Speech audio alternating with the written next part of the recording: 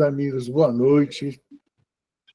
Que a nossa noite realmente seja uma noite muito boa, excelente, na verdade, e que a gente possa, no estudo de hoje, retirar o melhor proveito possível, né, para que a gente aprenda um pouco mais e tenha coragem, principalmente, de enfrentar os perigos que estão aí em nossa volta, né? A gente sabe disso. A gente não pode ser otimista demais de achar que a gente estuda a doutrina espírita e que faz culto no Evangelho e que estuda a codificação e que faz evangelização da criança ou do jovem ou do adulto e que a gente não está correndo perigo, né?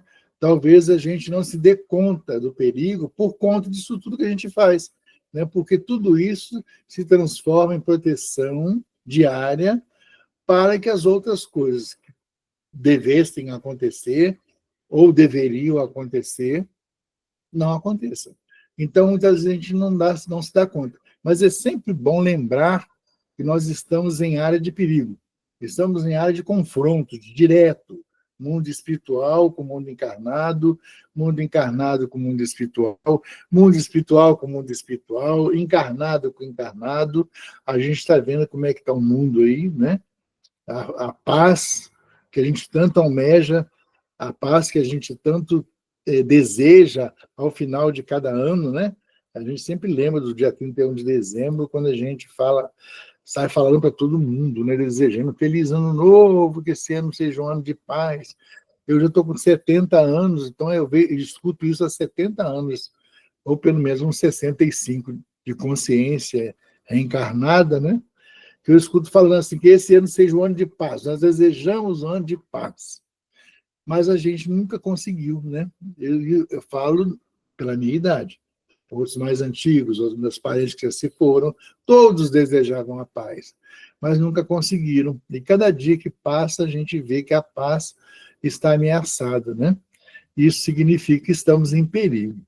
E é por isso que a gente escolheu essa mensagem, a mensagem 39 do livro Espírito da Verdade, que é esse aqui, né? É um livro antigo, mas tão interessante, porque o Emmanuel, o Chico, né, e o Valdo Vieira, por vários espíritos, estudaram uma parte do Evangelho, né, transformando-as em mensagens para que a gente pudesse compreender. Porque não é fácil você entender o Evangelho segundo o Espiritismo. Não é fácil você entender a codificação. Então, alguns espíritos, junto ao médium Francisco Xavier e o médium Valdo Vieira, à época, né? O Valdo Vieira dizem que nem é mais espírita, mas isso aí é notícia que a gente também não confirmou, que escreveram isso, e foi muito interessante.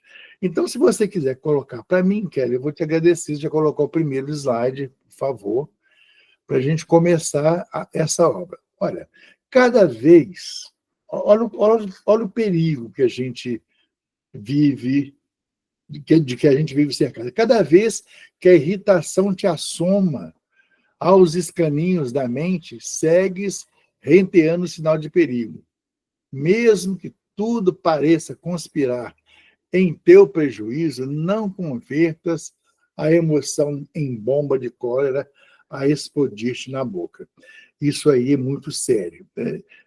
Ontem eu estava assistindo ao Jornal das 10, né? O Jornal da TV Globo, às 10, e estava vendo essas questões todas do presidente dos Estados Unidos, mais o pessoal lá da Rússia, mais o pessoal da Ucrânia, é morte, é criança, ninguém fala nada com nada, ninguém tem nada definitivo, um fala uma coisa daqui, outro fala uma coisa aqui, daqui a pouco se desmente, desfala, como eu digo para o meu neto, né? Desfala no sentido de você fala e depois você desfala, né? Então você vê que o perigo está aí, está iminente, né? E esse clima vai tomando conta da vida da gente, né? Esse clima do mundo vai assumindo um controle, né? E que vai atingindo a gente no particular. Então, toda vez que a gente tem uma crise de irritação, né, por alguma questão que a gente acha normal se irritar, ou porque eu sou imperfeito, ou porque determinadas situações não dá para você segurar a onda, então você se irrita, você está se perdendo totalmente, se colocando em grande risco. Quantos espíritos não desencarnaram na face da Terra em momentos de irritação? Porque a irritação a chamada cólera, né? A irritação, ela, quando acontece na gente, ela desencadeia dentro do nosso organismo uma toxina, se é toxina, né? É claro que é mortal, ela desencadeia uma toxina dentro de você que vai alojar nas áreas mais sensíveis do corpo humano. Então, eu vejo que a irritação não é para ser relevada. É normal a gente se irritar, porque a gente é imperfeito. A gente ainda vive no mundo de provas e expiações. Então, arrumando justificativo para a irritação. Não arrume justificativo para a irritação. Tente não se irritar, seja qual for a questão que for. Quando a gente começar a perder o controle e entrar nos caninhos da irritabilidade, porque isso é veneno, né? Você se auto-envenenar. Às vezes, uma briga familiar é normal, discutir com o marido, com a esposa, com o filho é normal. Sim, mas isso te traz prejuízo. E essa consciência que a gente precisa de ter, né? A gente precisa ter essa consciência de toda vez que você se irrita com justificativa ou sem justificativa, ou porque o governo falou, ou porque o sujeito fez, ou porque o outro aconteceu, não justifica o mal que você está fazendo a si mesmo, né? Então, quando a gente sentir que está chegando essa irritação, que ela está se aproximando ou que ela está tomando vulto, para. É como diz o Chico, enche a boca d'água e segura a onda. Não continua, não. Não, porque isso aí é tóxico. E se é tóxico, jamais fará bem a quem quer que seja. Pode passar o próximo, por favor, Kelly. Eu queria dar o controle do meu aqui por isso. Desequilíbrio que anotes é apelo da vida que lhe prestes cooperação. Isso quem está falando é o Valdo Vieira, é a parte do Valdo Vieira. Desequilíbrio que anotes, que você se dá conta, é apelo da vida a que lhe prestes cooperação. Então, não é para você falar assim, eu estou irritado mesmo e pronto, acabou. Não, está te chamando a atenção. Para você pensar, né? Para você pensar. Não é para justificar, não. É para parar, pensar e você buscar para você mesmo a cooperação necessária, né? Diz aqui o nosso companheiro, quando as águas em monte, né, em volume alto, investem furiosas sobre a faixa de solo que te serve de habitação, levantas o dique capaz de governar os impulsos. Então, é importante, da mesma forma que você contém um volume de água, seja de forma de um dique, seja em forma de muro, seja em forma de represa, que você também aprenda a controlar, a segurar. Não é que você não tem que ter desequilíbrio, né? Mas a controlar o desequilíbrio para que ele não transforme isso aqui num desastre, né? Imagina, você lembra das barragens que arrebentaram, a quantidade de prejuízo que foi dado, né, à população pela barragem que rebentou, né? Então, a quantidade de pessoas que morreram, de pessoas que ficaram desabrigadas, né? Então, ele está falando de uma situação que não é essa, né? De um rio, de uma barragem de água verdadeiramente, mas de uma situação sua, a situação particular, é o nosso desequilíbrio, que quando é perdido, quando a gente perde este controle, ele se torna capaz de inundar todo o local onde a gente se encontra, né? Então, veja, é um outro sinal de atenção, né? Atenção, perigo. Eu me lembro que tinha um robozinho, eu não sei se era, não lembro mais do filme, a gente era criança, que tinha um robozinho que falava assim, perigo, perigo, perigo. Aí, toda vez que eu vejo situações como essa, eu lembro daquele robozinho. Eu não sei se era Viagem, não sei, não lembro mais do filme. Deve estar passando por aí ainda, mas é muito antigo. Então, eu me lembro que o robozinho, toda vez que ele pressentia que algo estava, né, não estava normal, ou que algo estava por acontecer, ele já começou a gritar: perigo, perigo, perigo. Então, da mesma forma, a gente precisa fazer isso. Desequilibrou, irritou, desequilibrou, sinal de perigo. Né? É hora de parar. Podemos continuar, Kelly, por favor. Diante do fogo que te ameaça, recorre de pronto aos extintores de incêndio. Muito bem, isso aí mesmo. Né?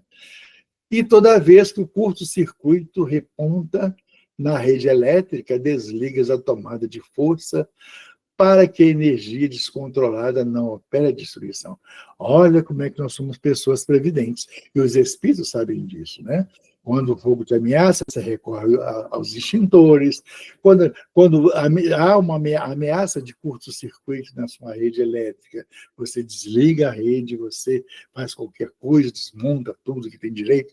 Mas por que você não consegue controlar o desequilíbrio? Por que você não consegue descontrolar a sua irritação? Né? Você não pode usar o extintor da prece, por exemplo? Né?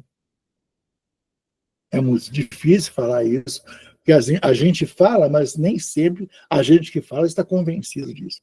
Mas o momento desse, né, de tumulto, né, do fogo, da reencarnação, daquele fogo que faz parte do nosso dia a dia, é necessário que se use o extintor de incêndio. E esse extintor de incêndio nada mais é do que a prece. É a rogativa, é eu pedir, pelo amor de Deus, né, me ajuda. A minha casa está pegando fogo. Fogo, não fogo literal, mas o fogo na convivência, o fogo da irritabilidade, né? O fogo do desequilíbrio, o fogo da falta de comunicação. Então, há necessidade de recorrer ao extintor da prece. É ele que vai nos proporcionar, né, o refrigério, é que vai nos ajudar a apagar esse fogo, que, se continuar, vai continuar cada vez maior e cada vez mais devastador. Isso vai devastando. Né? Quando a gente tem uma contenda familiar, quando a gente não está se entendendo, né? Ou na casa espírita, ou no trabalho, quando a gente não consegue se entender e que a gente não limita a coisa, quando a gente não para apagar aquele incêndio ali, o fogo vai consumindo cada vez mais, não é? É o mesmo de uma mata. Você vê que no Brasil nós somos provas disso. Quantos fogo nós já tivemos aí recentemente que devastou parte da nossa mata, que é importantíssimo na nossa sobrevivência, e mesmo perante recursos que nós temos, ainda assim, o fogo ainda foi maior. Né? Ainda perdurou por muito tempo. Foi muito difícil o combate aos incêndios das matas. Agora, imagina você combater situações familiares, né? Você não consegue de pronto combater com o extintor da prece, da oração, e aquilo vai tomando proporção, aquilo vai tomando volume, e vai crescendo, e vai aumentando, e você não consegue depois dar conta mais. Aí vai buscar ajuda com quem? Com os espíritos? Sim. Vamos buscar ajuda com Jesus? Vamos sim. Mas há coisas que não somos nós que somos os responsáveis, né, por eliminar, por exterminar, já que grande parte da nossa situação, grande parte da nossa vida, dos nossos problemas e das nossas situações difíceis, fomos nós mesmos que criamos. Né? E aí não precisa de falar em vida passada, não. Também, né? Também. Situações de vidas passadas. É muito recorrente a gente falar isso. Mas isso é problema de vida passada. Não, nem sempre. Né? O que a gente pode trazer, claro que a gente vai trazer os resquícios da nossa vida passada, as nossas boas e más tendências das nossas vidas passadas, mas também somos responsáveis por muita coisa que nós queremos agora. Exatamente porque ainda não conseguimos nos desvincular das nossas más tendências, né? Não conseguimos nos desvincular do nosso orgulho, do nosso amor próprio, da nossa vaidade, do nosso egoísmo, né, do nosso orgulho exacerbado. Então, muitas vezes, o curto-circuito que está armado dentro de casa está armado por conta das nossas péssimas tendências que ainda trazemos, né? E nada justifica. Ah, nós somos imperfeitos. Ah, sim. Então, a gente gosta muito de falar isso, principalmente espírita, né? Sim, a gente sofre, a gente erra, não é? A gente vive cometendo erros aqui e ali, aqui e acolá, mas é porque nós somos imperfeitos. Sim, com certeza. Mas vai continuar nessa até quando? Né? Você não vai usar o extintor da prece, você não vai usar algo que iniba essa sua tendência ruim a praticar coisas ruins ou a estimular coisas ruins. Né? Não dá para a gente começar a mudar um pouquinho, não? Nós não queremos um planeta de regeneração? Queremos, né? Todo mundo fala, todo mundo quer, todo mundo sonha com um planeta de regeneração, mas as pessoas não se têm consciência ou não se conscientizaram ainda de que entre planeta de provas e expiações e planeta de regenerações existe um espaço de tempo. E é nesse espaço de tempo mais ou menos longo que nós vamos aprender a nos regenerar primeiro. O planeta só passará a um planeta de regeneração quando seus habitantes estiverem regenerados. Isso significa que a gente tem que arregaçar as mangas e trabalhar para nós mesmos, para a nossa autorrealização, a nossa autorregeneração, e não ficar com os espíritos, por conta dos espíritos, que os espíritos farão isso e farão aquilo. Eles não farão nada.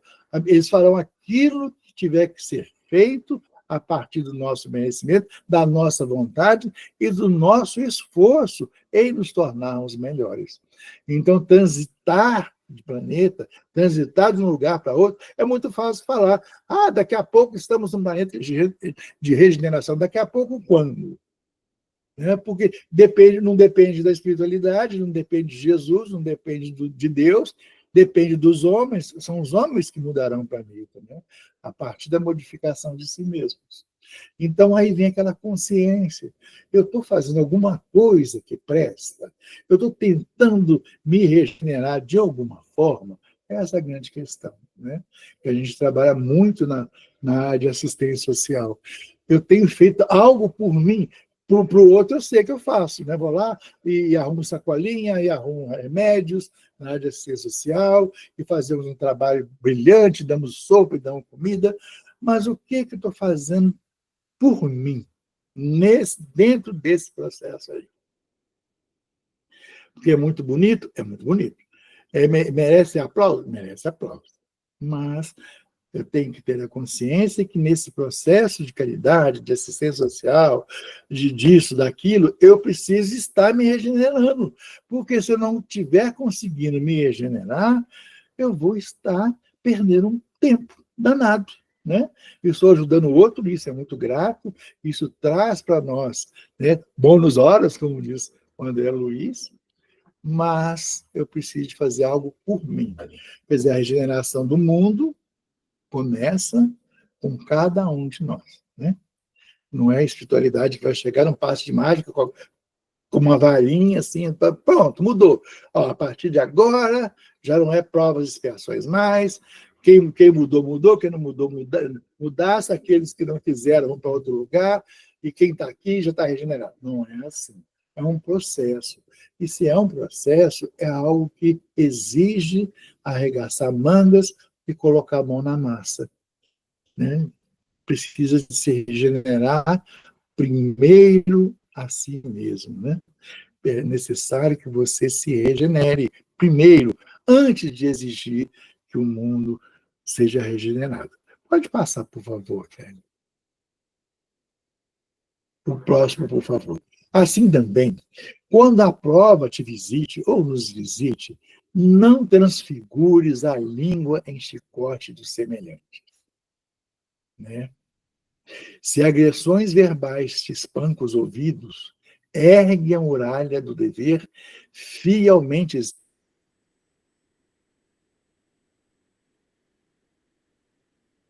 executado, em que te defendas, se a calúnia te alcança, se a te alanceia, guarda-te em paz no refúgio da prece. Olha o que ele está falando. Ele está falando do nosso dia a dia, né? Isso aqui não é coisa que foi escrita lá em 1940, 1950, não. São relações muito presentes na vida da gente, né? As provas nos visitam constantemente. Então, ainda é muito comum a gente atribuir a nossa desdita.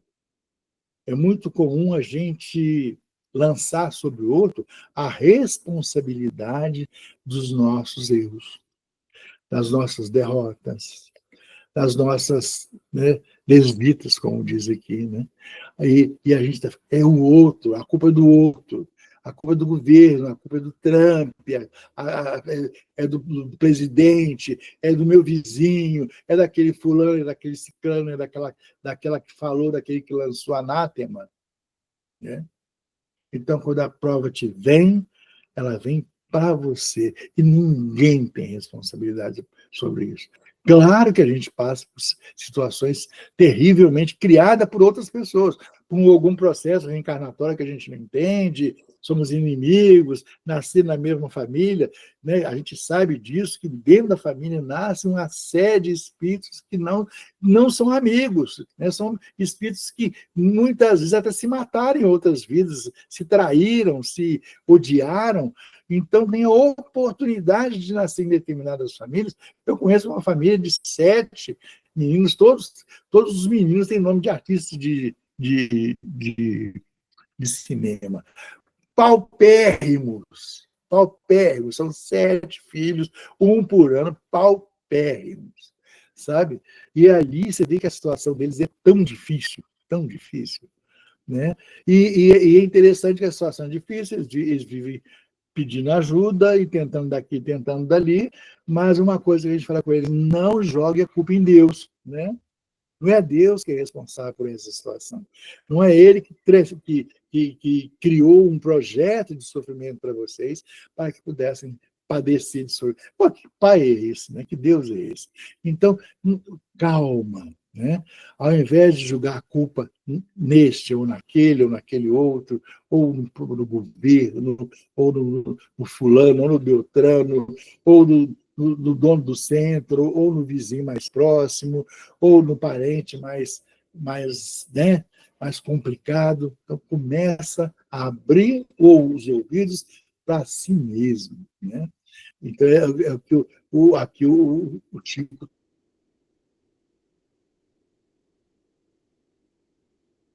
está falando. Né?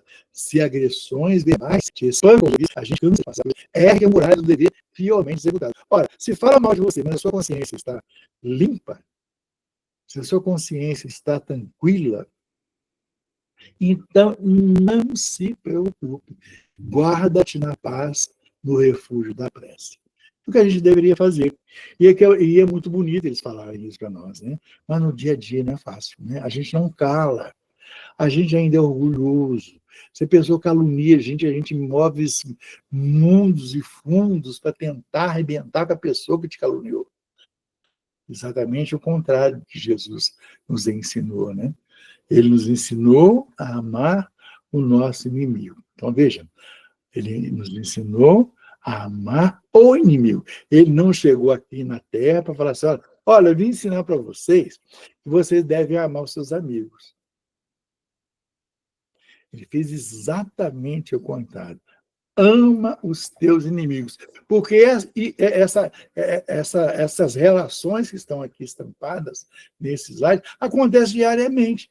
Então, se você, toda vez que você é agredido por alguém, né, você ter seu ouvido espancado por coisas que as pessoas falam de você, e você perde seu equilíbrio, perde a sua compostura e parte para a violência, então é violência gerando violência. Eu conheci no Rio de Janeiro, ainda já no final da vida dele, um profeta chamado Gentileza, né, que vocês já devem ter visto, eu conheci mesmo no Rio de Janeiro. Ele andava pintando os viadutos do Rio de Janeiro, os viadutos, as pilastras, os viadutos. Gentileza gera gentileza. Né? Fizemos até um projeto de Juiz de Fora na nossa escola para ensinar as crianças pequenininhas que gentileza gera gentileza, né? E o contrário gera o contrário. Irritabilidade gera irritabilidade, né? Calúnia gera calúnia. Orgulho gera orgulho. Então, tinha esse profeta chamado profeta gentileza, que para uns ele era louco, para outros ele era do outro mundo, e ele vivia pintando para todas as bandas. Você olha aí no Google para você ver. Gentileza gera gentileza. Aonde ele podia pintar, ele pintava gentileza gera gentileza. E aquilo ali foi incomodando tantas pessoas que começamos a estudar. Por que será que ele fala isso? Né? Tem alguma coisa de profundo nisso aí. Né? Então, e quando uma das vezes ele foi entrevistado, já há muitos anos atrás, ele falou assim, olha, eu não posso falar que ódio gera ódio, porque isso aí já todo mundo já sabe. Então, eu tenho que falar que gentileza gera gentileza para ver se as pessoas começam a exercitar isso em si mesmas.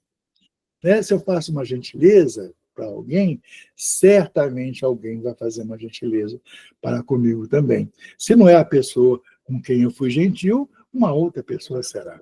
Então, a gente vai tirando aos poucos o ódio, vai esmiuçando o orgulho, a vaidade, e vai cedendo lugar à gentileza, que vai gerando gentileza.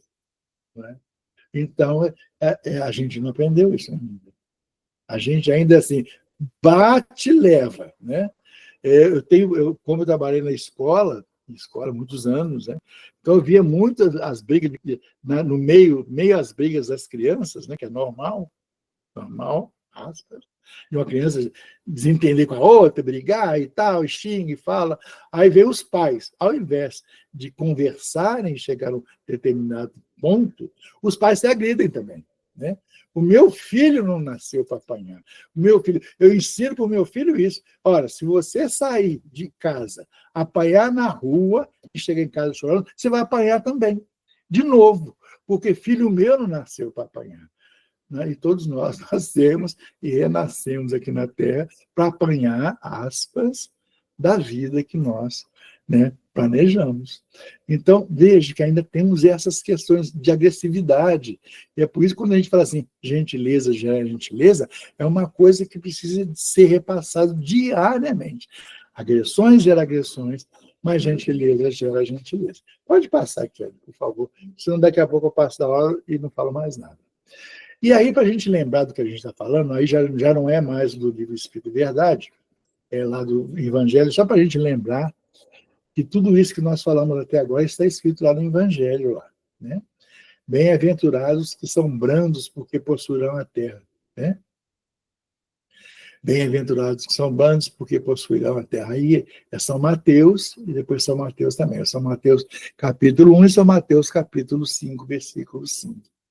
Bem-aventurados pacíficos, porque serão chamados filhos de Deus. Bem-aventurados pacíficos, de novo, porque serão chamados filhos de Deus. São Mateus 2 e Mateus 5, 9. E aí, por essas máximas, né, por essas duas máximas aí, que justifica o nosso tema, né, cuidado, olha o perigo. Por essas máximas, Jesus faz da brandura, da moderação, da mansietude, da afabilidade e da paciência, uma lei.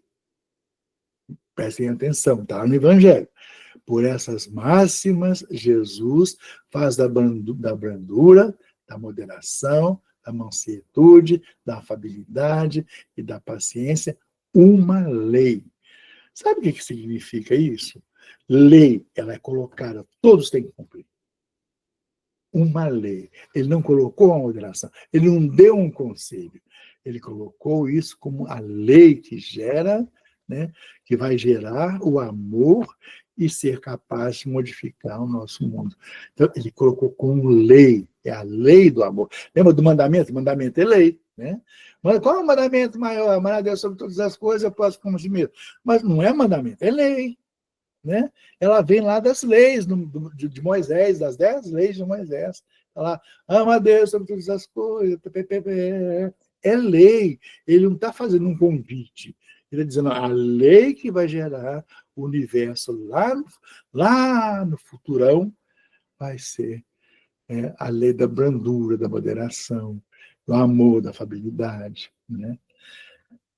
A cólera condena, por conseguinte, né, a violência, a cólera e até toda expressão descortês que alguém possa usar para com os seus semelhantes.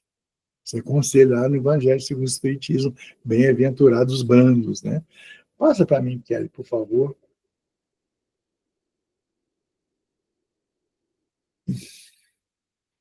E aí, pode passar o próximo, para a gente lembrar que está na metade. Eu tenho até as 9 horas, é isso? 9? Ok. Raca. Raca era um palavrão, né? Era um palavrão, que a gente não vai citar nenhum sinônimo aqui parecido. Mas raca era um palavrão. Raca, entre os hebreus, era um termo desdenhoso que significava homem que não vale nada e se pronunciava cuspindo e virando para o lado a cabeça. Evidente se torna que aqui, como em todas as circunstâncias, a intenção agrava ou atenua a falta. Mas em que pode uma simples palavra revestir-se de tanta gravidade que mereça tão severa reprovação? Olha lá. Raca, entre os hebreus, era um termo desdenhoso. Olha que coisa humilhante. Desdenhoso, que significava homem que não vale nada. E quando você falava raca com alguém, você cuspia nele e virava a cara para ele. Olha que situação humilhante. Né? Que situação. Lá entre os judeus, à época de Jesus. Você imagina você falar isso com um sujeito que era um palavrão feio, que significava você louco, você não vale nada, e você cuspia nele e virava o rosto. É isso aí que a gente quer, né? Não, é claro que não. Mas aí está o perigo que a gente vive ainda meio a isso aí, né? Se as pessoas não cospem mais no rosto da outra, eles agem de formas bem diferenciadas. Palavrão, né? Humilhação, palavras de baixo calão, atos impensados, né? Ou a gente vira as costas, ou a gente vira a cabeça, ou a gente não dá chance para a pessoa, ou a gente não desculpa, ou a gente não perdoa. É isso que a gente quer, né? Isso aí é um perigo. Isso aí é uma ameaça para nós mesmos. Não é vantagem nenhuma você sair, né? Sair por cima, vamos dizer assim. Ah, comigo o negócio é bateu, levou. Não é vantagem nenhuma. Quem sai perdendo é sempre o agressor. Né? É claro que o agredido sai perdendo também, mas aquele que agride, aquele que fala raca, aquele que cospe, aquele que bate, aquele que dá rasteira, aquele que puxa o tapete, vai sofrer muito mais. Né? Passe para nós, por favor, Kelly. Então, ainda lá no Evangelho, é que toda palavra ofensiva, olha o perigo que a gente está passando, né? Aí no Evangelho segundo o Espiritismo, capítulo 9. É que toda palavra ofensiva exprime um sentimento contrário à lei de amor e de caridade que deve presidir as relações entre os homens e manter entre eles a concórdia e a união. É que constitui um golpe desferido na benevolência recíproca e na fraternidade, é que entretém o ódio e a animosidade. É, enfim, que depois da humildade para com Deus, a caridade para com o próximo é a lei primeira de todos os cristãos. Todo cristão. Lei, presta atenção de novo, lei primeira. E ser lei tem que ser cumprida, né? É a Constituição Divina. A gente não tem a nossa Constituição brasileira, como os outros países, cada um tem a sua Constituição, tem as suas leis, né? Você pode fazer isso e não pode fazer aquilo, né? Então, veja, é a lei do amor e da caridade que precisa se sobrepor a essa animosidade que a gente está vivendo aqui. E a gente está vendo agora na televisão a animosidade entre os países, parece que a coisa está fervendo, é um caldeirão que a gente está perdendo o controle até de raciocínio. Porque cada hora que você assiste uma notícia na televisão, um repórter, alguém noticiando a situação do país, da América do Norte, da Rússia, da Ucrânia e de outros lugares, até da América do Sul, você vê que, ao invés de estar borbulhando menos, o caldeirão está borbulhando mais. Aí você fica desesperado, meu Deus, o que fazer? Né? O que fazer? E aí nos leva ao desânimo. Falando, nossa, mas a gente reza tanto, a gente pede tanto. Mas aí precisa de ter aquela consciência. Eu estou fazendo o que em prol da mudança disso aí? Né? Essa consciência. Que a gente está apavorado, sabemos disso, que a gente está desesperado, nós também sabemos disso, mas sabemos que também tudo depende de um pequeno ato. Que tal uma pequena gentileza amanhã? Né? Que tal perdoar alguém que nos fez mal? Que tal, ao invés de discutir, você tentar entrar no processo de concórdia?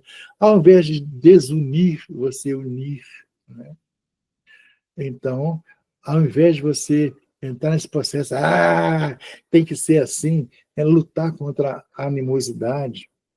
Então, é um processo diário, cada dia, porque se não fizermos isso, se a gente se manter nesse caminho irreversível, a gente está correndo um sério perigo. Né? Não só com a questão da reencarnação, com a questão da saúde física, com a questão da saúde mental, que pode abreviar os nossos dias aqui na Terra, e a gente perdeu a oportunidade de trabalho. A gente perdeu a oportunidade de trabalhar um pouquinho mais, né? E quando chegar lá do outro lado da vida, a gente tem mais de trabalho feito. Passa para nós, Kelly, por favor.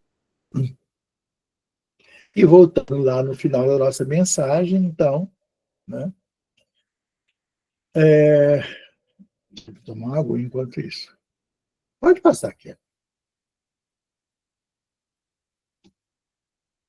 Conseguiu, não?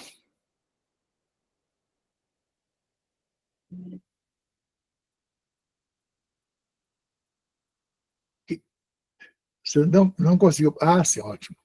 Se a dignidade ofendida, aí já é a mensagem que nós estamos do Francisco Xavier, né? De outros espíritos.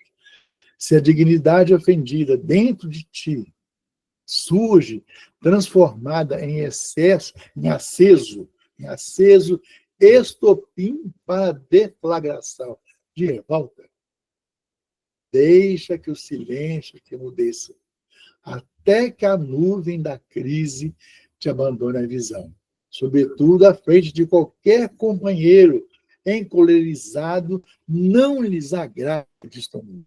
Eu estava lendo isso aqui hoje, né? Aí eu estava lendo e falei assim, era engraçado quando a gente era criança na escola, era assim, para a gente uma confusão de um menino com o outro, ou a menina com a outra, não, até os meninos, né? Aí você tinha que brigar. Aí tinha o mediador, o mediador ficava no meio dos dois que estavam brigando. Colocava a mão assim, falava assim, cospe aqui. Quem for homem, cospe aqui na mão. Aí, quando a gente cuspia e tirava a mão, a gente cuspia na cara do outro. Né? Então, você vê que aí era uma coisa, uma prática, que quando chegado em casa, o pai falava assim, parabéns, é isso aí mesmo. Pegou o cara de pancada. Olha como é que era a nossa criação antigamente. Olha como é. Eu sou dessa época. Se você apanhar na rua e chegar chorando em casa, você vai apanhar de novo. Né? E devia ser um conselho contrário. Eu falei assim, cara, quem é que você apanhou na rua? Vamos levantar os fatos. Você pode estar errado. Então, os pais machistas, assim, eles não perguntavam a razão pela qual você brigou. Ele queria saber por que você apanhou e revidar. Não interessa as razões pelas quais você apanhou, o que desencadeou a situação. O mais importante era você revidar. E assim nós aprendemos o revide. E às vezes a gente revida sem perceber, sem parar para pestanejar, sem parar para refletir. A gente bateu, levou. Falou, a gente já fala de uma vez. Né? Então, é hora de manter calma. de parar, né? O que está dizendo, o silêncio ante de transformar. Se a dignidade ofendida dentro de ti surge transformada em aceso estopim da ação da revolta, quer dizer, a gente lembra daqueles barris de pólvora, que você colocava um barbante assim, a gente vê que filme. Aí o cara colocava aquele estopim, aquele barbante comprido lá, aquela corda, aí colocava fogo aqui, ia queimando, queimando, até chegar. Quando chegava o barril, brum, é isso. Antes que o estopim queime tudo, chegue lá, o barril de volta, causar um dano danado, tenta cortar o estopim, tenta apagar, tenta bloquear esse estopim que vai gerar uma desgraça real. Então, é muito de consciência, né?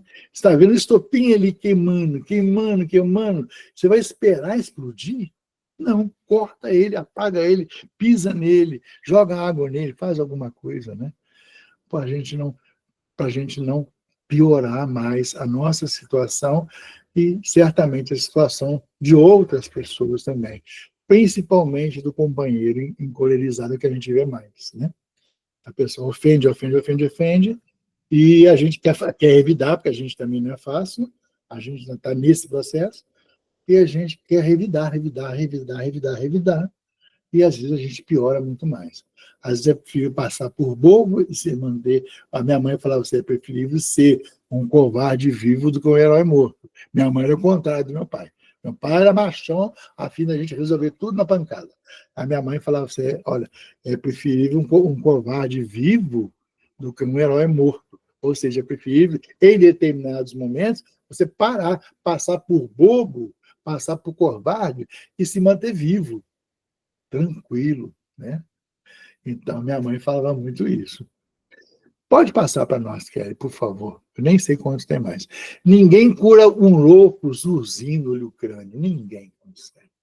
A pessoa que está incolonizada, a pessoa que está brava, perdeu o controle, perdeu o equilíbrio, está totalmente entregue à raiva, ao ódio, né, ao desequilíbrio propriamente dito, não adianta você ficar falando na cabeça dele. Não adianta. Não é saudável. Nem você ficar orando na cabeça dele. Se quer orar, lá para o cantinho do seu quarto, da sala, onde for, banheiro, e ore por ele. Né? Mas não é legal. Né? Não é legal. Aquele que perdeu o equilíbrio, aquele que está totalmente fora de si, não vai te ouvir. Porque além dele estar em desequilíbrio com ele mesmo, as suas forças físicas estão totalmente desequilibradas, ele ainda conta com aquela ajuda espiritual do lado, né? Daqueles espíritos que adoram ver o circo pegar fogo, né? Que adoram, eles adoram, a gente vê muito isso. Né? A pessoa começa a discutir, aí um discute mais, um fala mais, outro fala menos, e aquilo vai minando, né? É o estopim.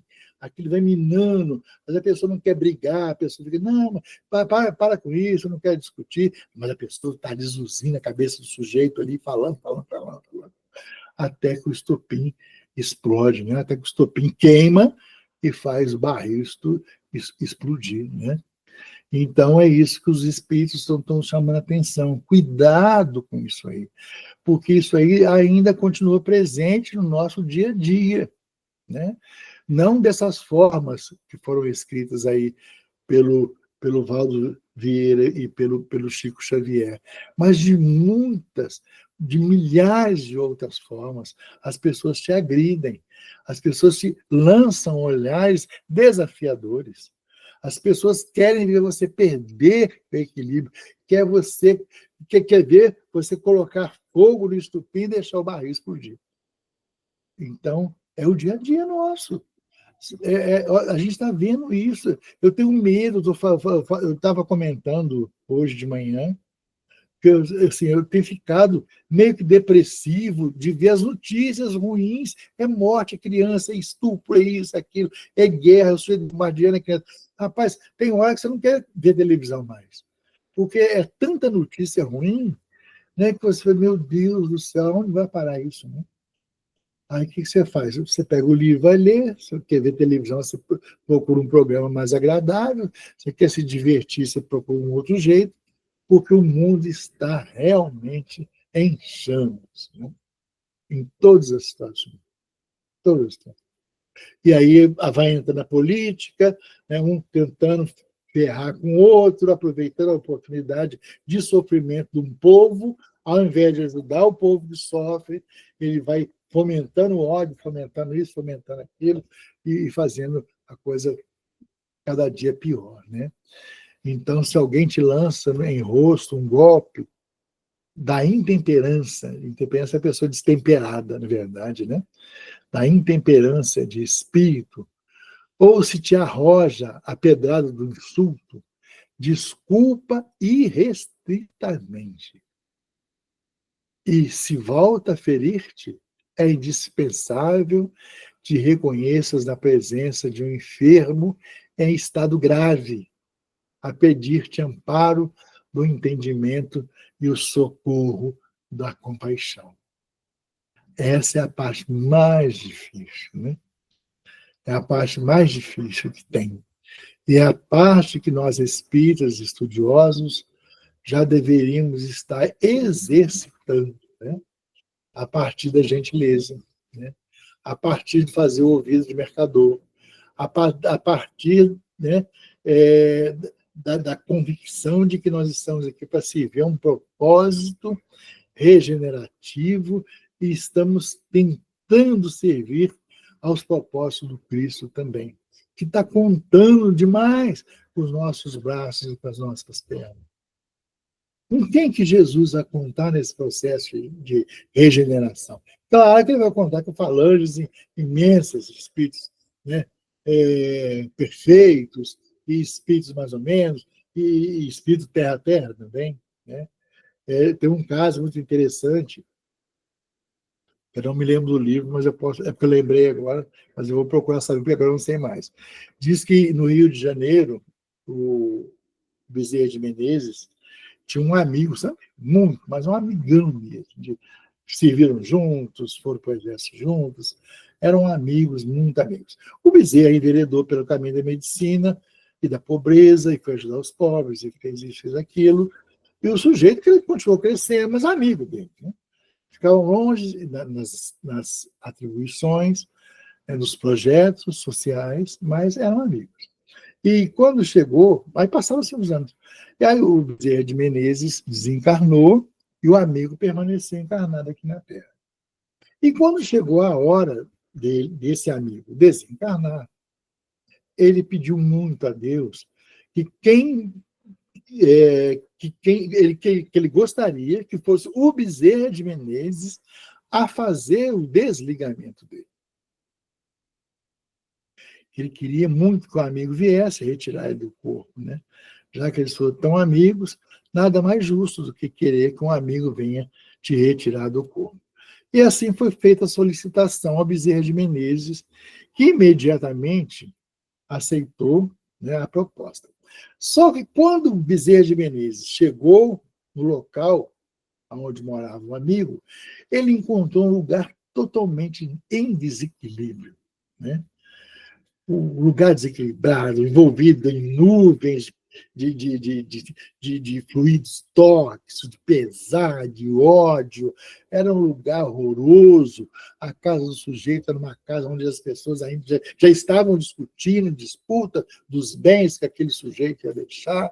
Então, a casa estava totalmente envolvida em atmosfera pesadíssima, que o Bezerra de Menezes não conseguiria ultrapassar, porque ele é espírito puro. Como que ele ia fazer para penetrar naquela nuvem densa de atmosfera pesada, tóxica, intoxicada de tanto ódio, de tanta ganância, de tanto orgulho?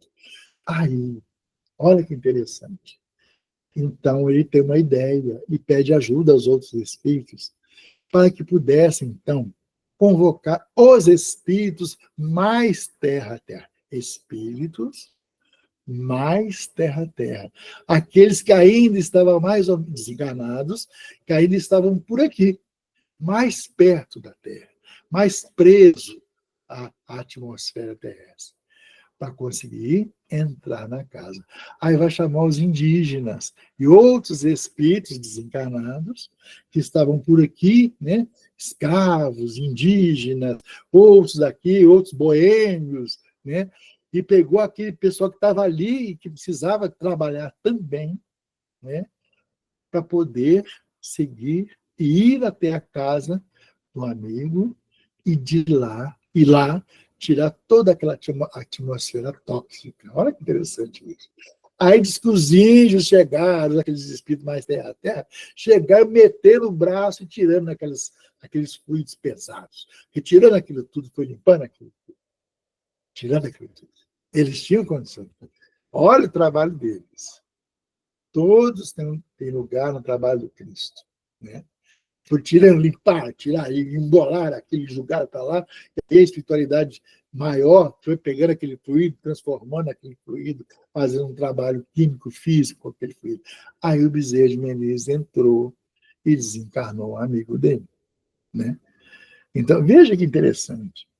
Todos têm lugar no trabalho do Cristo, todos. Né? Não existe imperfeição. Não existe nada que nos impeça de fazer algo em prol do Cristo. Né? Nós não precisamos ser santo. Quem falou que precisa ser santo? A gente só precisa trabalhar um pouco, exercitar um pouco do amor ao próximo. E isso a gente tem chance a todo momento da nossa vida. Né? A começar dentro da nossa casa também. Né? Então, é isso, que a gente aprenda a conviver com essas situações, mas tendo a consciência de que se a gente não muda essas situações, se a gente não tenta mudar esse quadro ao qual nós estamos mergulhados, nós estamos correndo muito risco, né? Um quadro de perigo, né? Que pode nos fazer cair, pode nos fazer desanimar, pode nos fazer, né, perder as esperanças em dias melhores. Né? Então, era isso. Eu acho que acabou, acho que esse aí é o último, não é, Pedro? Vê se esse aí é o último. É? Ah, sim. Assim também, quando a prova te visite, não transfigures a língua. Ah, estou repetindo lá de trás.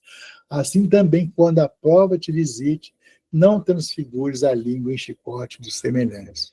Ninguém é responsável pela sua desdita. Se alguém te fez mal, ele vai pagar por isso, né? Mas não seja conivente com isso, né? Não revide, é isso que ele está falando. As provas vão te visitar, mas não transfigures a língua em chicote dos semelhantes, né? De acusar, de julgar praga. Né? Ainda tem gente que vai falar, Deus está vendo. Né? Deus está vendo. Deus sabe. Deus vai fazer justiça. Isso é transfigurar a língua. Né? É você desejar que Deus faça o mal que você não pode fazer, que Deus faça. Olha como é que a gente é incoerente, né? Eu não posso fazer, mas Deus está vendo. Deus fará. Deus não fará. Ele não fará jamais. Ele é um Deus de amor, como é que ele vai fazer maldade para alguém, não é? Então, que a gente tome cuidado com a nossa língua, cuidado com o que a gente fala, né? Então, se a gente não tem condição de abençoar, então, que a gente não amaldiçoe, né? Que a gente não jogue, não deseje o mal, que a gente tente ser justo, né? O quanto a gente tem tentado aí, né? Ser justo. Deus é justo. Eu sou um cara justo. Não, não, não. Cuidado com isso aí, né? Porque as provas vão vão nos visitar sempre, né? Sempre. Então, era isso aí que acho que agora acabou, né? Acho que fechei. E deixar esse quadro lindo de Jesus, que não deve corresponder à realidade de Jesus, né? Esse é um quadro muito moderno, feito por computador, né? Que traz um Jesus, segundo o pessoal gosta, né? Aí eu falei, esse aí está bonito demais para ser Jesus. Mas que nos remete a ele, né? Um olhar tranquilo, um rosto sereno, um olhar calmo. Então, que ele possa nos abençoar, né? E a gente ter a força necessária para se desvincular desses perigos que estão aí nos envolvendo a cada dia. Que Jesus nos abençoe, então.